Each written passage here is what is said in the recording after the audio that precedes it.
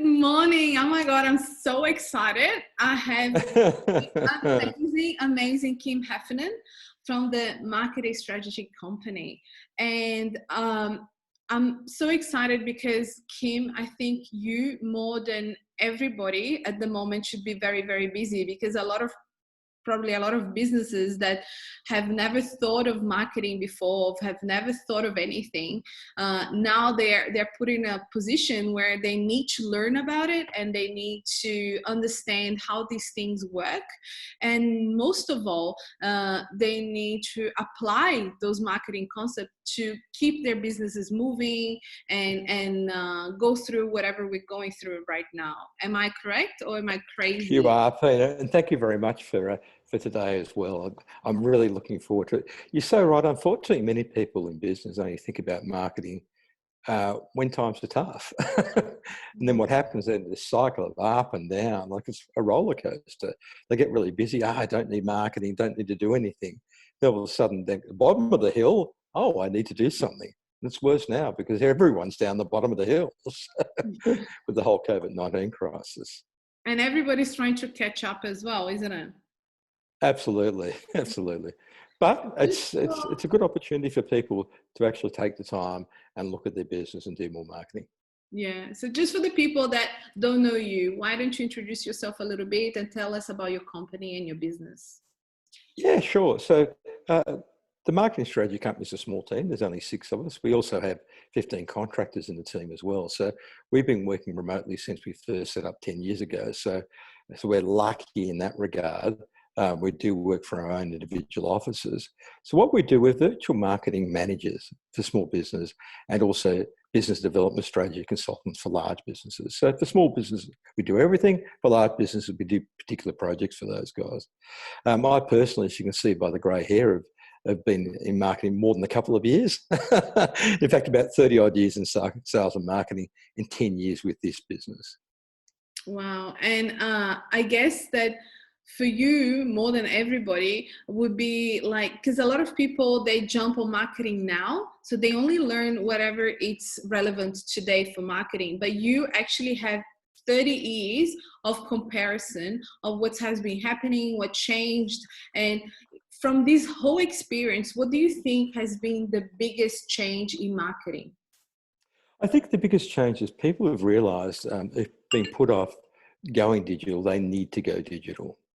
They really do need to go digital today. Been used to just doing things the old school way, and they've probably improved some of their processes in the business and got some tech tools. But now they realise even just Zoom, like we're using now, simple tools, instead of driving an hour and a half to a meeting, right, and meeting someone and then driving back and, oh, that was a bad meeting, actually qualify people via Zoom and have that initial call via video. I've been saying video is the buzzword for the last 5 years, but now is the time. And I think it's forcing people to do it. I found that as well, because especially with me, with my my business, a lot of people, when I offered Zoom meetings, they felt like I wasn't being professional because I didn't want to meet them in person. Yeah. So now it's great. And did you see shares of Zoom? The shares of Zoom are going up as well. So that's Exactly. great business. Anyway, I guess through all these years with working in marketing and having your own business, you probably acquired and developed skills. And my question to you would be, how do you use those skills to help your clients? Yeah, I guess the first one is, I mean, prior to this business, I helped set up a very large marketing company over 20 odd years, grew from 0 to 300 employees. So I'm used to managing teams. So I get how it gets to work in the team, whether the team's remote or whether the team's face-to-face. The second thing, in that business, we were selling to some very large companies like airlines, like Qantas and banks. So I know what they need and how they work, but also to hundreds of small businesses as well. So very often a company, when they're selling a product or service, think it's the same to everyone. Corporates and small business and medium business make decisions different ways and require different styles of marketing as well. The other thing, I guess, over the years, I mean, it's interesting. People prejudge you sometimes by your age and think, oh, wow, this guy knows nothing about digital. But I've been building websites and doing email marketing for 20 years. So how to combine all the different types of marketing, whether it's digital, traditional face-to-face marketing, social, one-to-one meetings, combine those into an integrated strategy, I guess. And I guess finally is actually being able to step back and see the big picture. I'm a very visual person. So I like to be able to sit back and say, here's the problem. I wonder what the solution is, and then put together a plan to do that. Oh, that's awesome. So, guess from there, so what is important in marketing for you? Yeah, I guess the first thing is important, but it's also a frustration as well. There is no one silver bullet. People have the latest technology, whether it be TikTok or Instagram or whatever, is going to solve all their problems. One channel is not going to solve your problems. There's some real fundamentals of what you have to do. The first thing is you actually have to be solving a real business problem. So you might have a great idea for a product, but if it's not solving a problem for a person or a business, there really is no market. The second thing, you've got to actually work out who the profitable market is. I mean, in today's climate, for example, your profitable market may be different than what it was yesterday. Before the call, for example, we were talking about a video guy who relies on weddings, right? During COVID-19, every wedding has been put off for 6 months. So who do you focus on? Well, maybe you need to focus on schools who are doing remote learning, or real estate agents who can't take people through properties, and look at pivoting who your markets are. So first of all, solve a problem. Second, to find the profitable market, profitable being the obvious word. The third thing is you actually need to make people aware of who you are and how to do business with you. So it's great to actually have a market and have an idea, but if people don't know you, you're like a website in the Ethernet or a star in the sky. No one knows you, can't find you. And when they find you, have to know how to do business with you. The fourth thing is supplying great products or services. Now, people will buy things once. They won't come back and buy again if you've got a lousy product and lousy service. So you've got to have that in place. And the final thing is build a long-term relationship. So 5 core things: make sure you've got a real business problem you're solving, find a profitable market, supply great products and services, create awareness, and build long-term relationships. They're the 5 basics. Doesn't matter whether we do it via Instagram, via LinkedIn, via a website. Get those right first. Don't worry too much about the silver bullet. Mm, yeah, and I think tracking as well. Tracking, once you start doing all these things, I usually tell people that are not used with marketing and stuff. Marketing, it's almost like analytics. Like marketing is its trial and error as well. Like marketing has so many tools that you just try things, multiple things, and then you see what's working, what's not working, and then with those things that are working, how can you improve that to work even more? And then I love marketing. I think it's fascinating because you don't only look deeper and deeper in what's actually people's behavior when it comes to digital, but it gives you that reward because you're seeing results. And sometimes you might think, yeah, maybe it's not an instant result, but it's just how your communication between that customer and what you're doing, and keeping that communication open, that it's very important, especially in this current situation at the moment, where that's where my next question will go to you. So how are you coping with this whole COVID crisis? Yeah, I think we've had to do a few things like most people had to do in business, Pina. One of the things we've had to do is really look at cutting back on expenses. So one of the very first things we did was go into Xero, which we use for our accounts, look at every expense we have and say, do we really need that subscription? And being a marketing guy, and I love tech as well, over the years, what I found, we've actually had a lot of different tools we use one-off, and we're not using them all the time. So we're really hard on looking at that. We also just got to work hard with the team to do more with less. I mean, we're all pulling together as a team, and some of the people are working less hours because there's no need for them to work those hours at the moment. So being good with that. Also keeping contact with our network as well, just phoning people and saying, hey, how you going? What's happening? Being communicating, as you said before, out to people, and just being flexible with working relationships. I mean, whether it's payment terms or delivery terms or spreading work out, whatever it might be, just being flexible and adaptable. Okay, yeah. Uh, I know that once when we were talking, you had some really cool graphs that are really picture-wise that can give people a real idea of what marketing funnels are and all those tracking things. Would you be able to share any of those with us? Yeah, absolutely. I'll just share the screen painter if that's all right. Okay, I hope you can see that okay now. Yes, I can. Cool. So one of the problems that people have at the moment because of the whole COVID crisis, and sometimes when things change, is they've only got one way of attracting leads. So this is a really crude diagram, but it just gives you an idea of different ways you can attract people. So you might have, for example, if you're a professional services firm, cross-selling other products. You might go back to people you acquired 6 months ago and never bought. You might look at people who come to your website. So what you probably need over time, not immediately, is 5 to 10 different ways to attract opportunities. But then when you get opportunities, you need to have a process of converting those opportunities into leads and then into clients. So what you then need is ongoing content to them. So they acquired once. And think about your own situation. I don't just see one ad or see one email and buy a product, right? So I'd like to see multiple messages and get to know, like, and trust someone during that process. You need ongoing content. Via email, you need a sales strategy and what you're going to show people and when. You need to be able to share on social media and have a meeting schedule with people as well. There's a follow-up process in terms of doing that. Then once you become a client, you need to look at your online reputation management, get reviews, and have ongoing communication. And as you said before, you need to overlay that with KPIs or measurements and have processes in place for all of this stuff. And that's the other thing we've been focusing on, is really tightening up our processes there. When you've got an opportunity, what do you do with it? How do you process that? What CRM do you use? What technology you use? That's the overall picture we have at marketing. And I guess the second thing we'd like to do is that process of how do you actually put a marketing plan, a strategy together. First of all, you need to understand, I guess, who your customer is over here, but more importantly, before you start that, what are your business goals?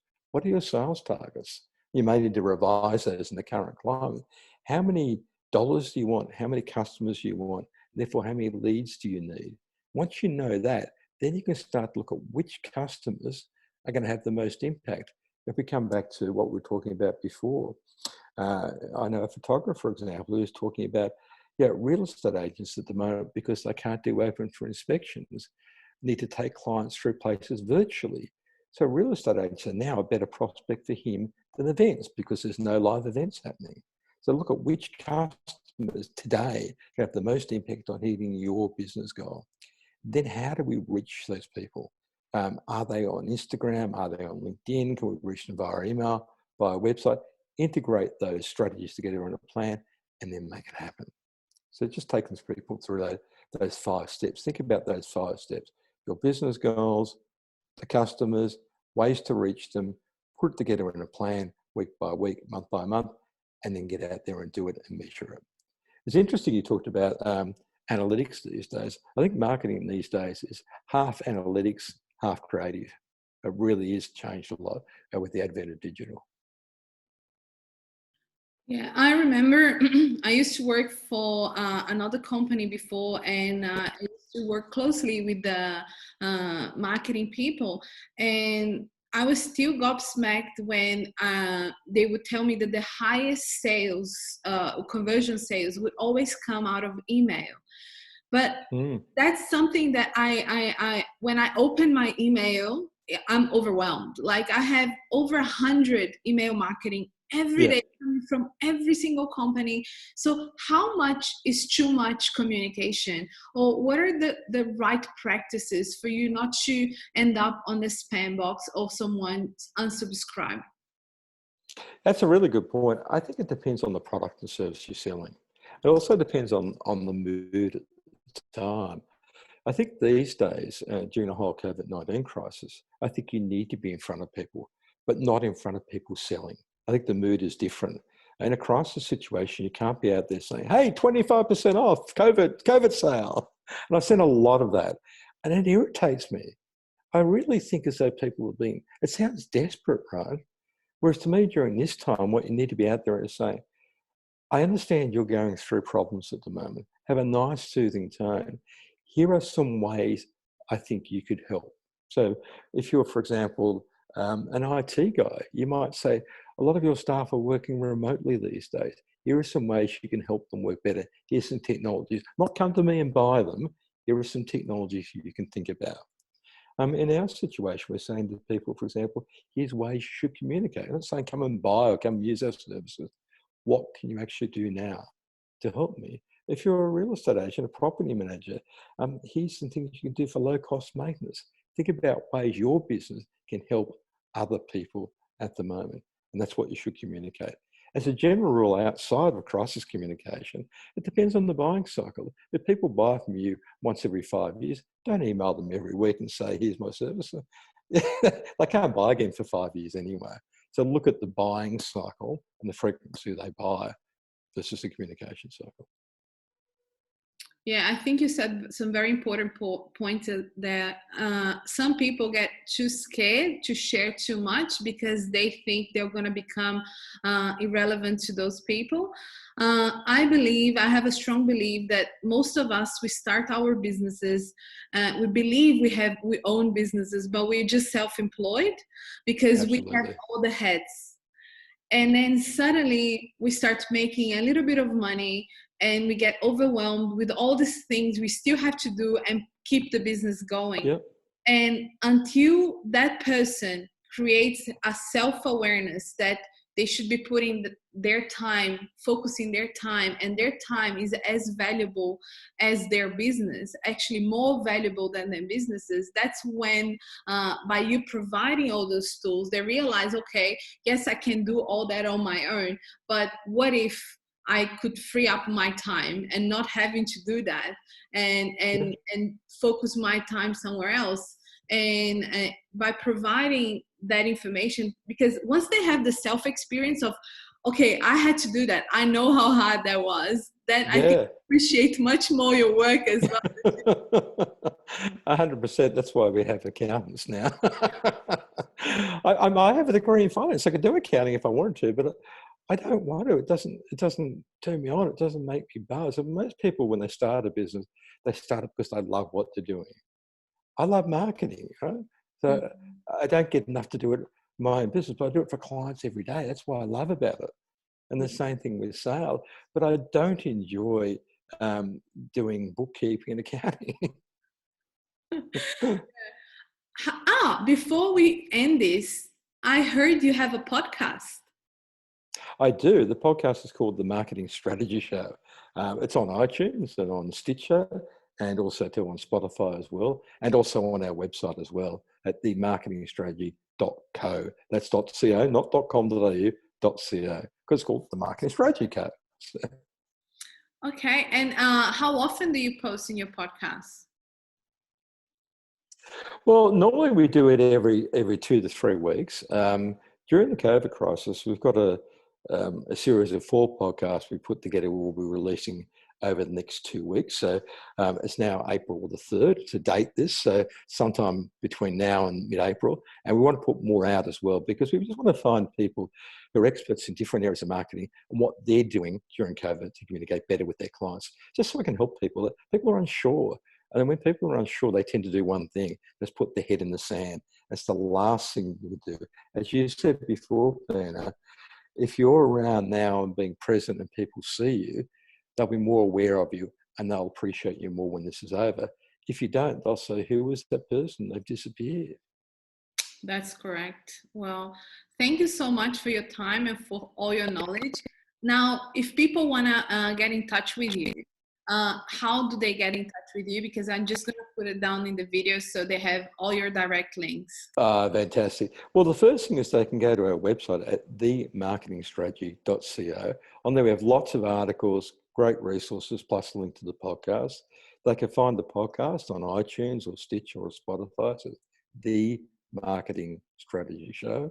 And then find me on LinkedIn. So Kim Heffernan, KymHefffernan, or The Marketing Strategy Co on Facebook or LinkedIn. being a marketing guy, of course, we're everywhere. All right. Thank you so much for your time this morning. It was really, really amazing, all the information you shared. And for those that are watching this, please go and listen to his podcasts. Are really, really good, really, really informative. The people he has on them are awesome.